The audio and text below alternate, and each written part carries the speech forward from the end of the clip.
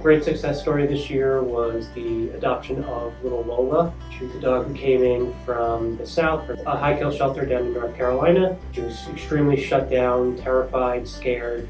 She basically spent the whole day cowering up against the back wall in the corner of her kennel. We knew we had to help her, get her to trust people, learn to be comfortable and feel safe here.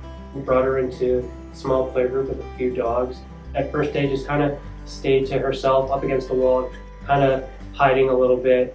Each day you'd see a little, step by step, a little bit of progress. She'd start moving a little bit closer to the other dogs, coming away from the wall, getting a little more interested and excited when the other dogs would come over to her. And finally she let her guard down one day and just started playing with the other dogs and running around, and you could see all of the stress and fear just kind of melt away in that moment of her. When she was running around with those other dogs, and little by little over time she would come over to myself or other staff members, starting to learn to trust us. After a little bit more time, she finally did start to learn to actually walk on a leash, but she was still really scared of most people, anybody new. It took her a few days or a few weeks before she'd really feel safe and comfortable with any of our new volunteers who wanted to work with her. And then one day we had this great family come. They were interested in meeting her. We brought her out to meet them in the play yard, and she kind of hung out in the corner. And they brought their dog in, and Lola right away ran right over to the other dog and started sniffing and tail wagging. And I think that moment sold this family on her.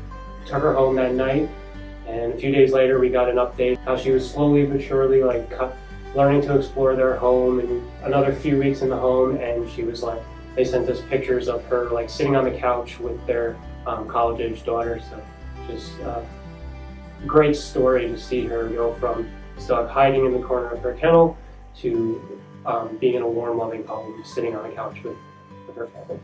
Mr. Hooper getting fostered. Foster to adopt for Mr. Hooper, also known as Max.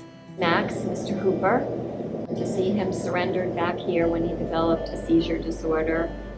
Again, a difficult adoption at that point. Not really. But to see him finally go out again and have the opportunity to be so well loved is heartwarming. My favorite cat adoption would probably be Shalem, who's now Shay. He's doing great in his new home. He was a little nervous when he first got in here, but he was so loving and cuddly. He gave hugs, and we were so happy that he found a great home too. One of our greatest success stories was when both Bordy and Bruno unexpectedly got adopted. They were a bonded pair, and they were adopted by a wonderful young woman who surprised us with not only one but a double adoption that day. And you could just tell that they are the perfect puzzle piece that she needed in her family, and it was just the perfect timing for them, and they really were ready to get out of the rescue and move on to their forever lives. Penelope. She had a rough start. I wasn't here when she got adopted, but I did get that phone call when she was abandoned by her previous owners. But to see pictures of her now happy and healthy in her new home with all her doggy friends, it makes me really happy.